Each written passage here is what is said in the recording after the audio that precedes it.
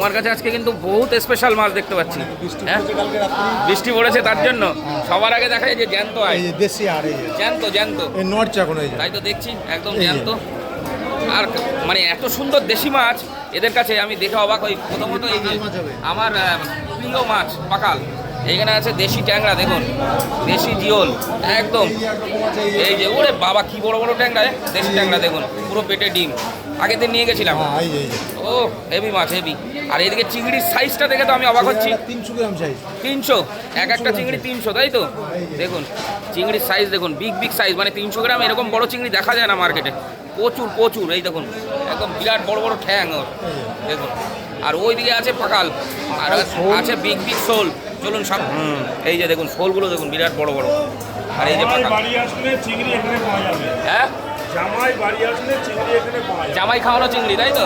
এই যে জামাই খাওয়ানো চিংড়ি দেখুন একদম। দেখতে ছোট লাগছে কিন্তু টানলে রবরের মতো বড় হবে। বিশাল বিশাল সাইজ, বিশাল সাইজ, বিশাল সাইজ। কত করে চিংড়ি? 800 টাকা। 800, হ্যাঁ তা তো হবে, এরকম সাইজের চিংড়ি। বাহ। আর এদিকে আছে একদম দেশি পুঁটি, দেখুন। আজকে এত সুন্দর মাছ তুলেছে, ভিডিওটা না করে পারলাম না। দেখুন হালকা হালকা বৃষ্টি হয়েছে তার জন্য, তাই তো? হালকা বৃষ্টি হয়েছে, আচ্ছা আচ্ছা।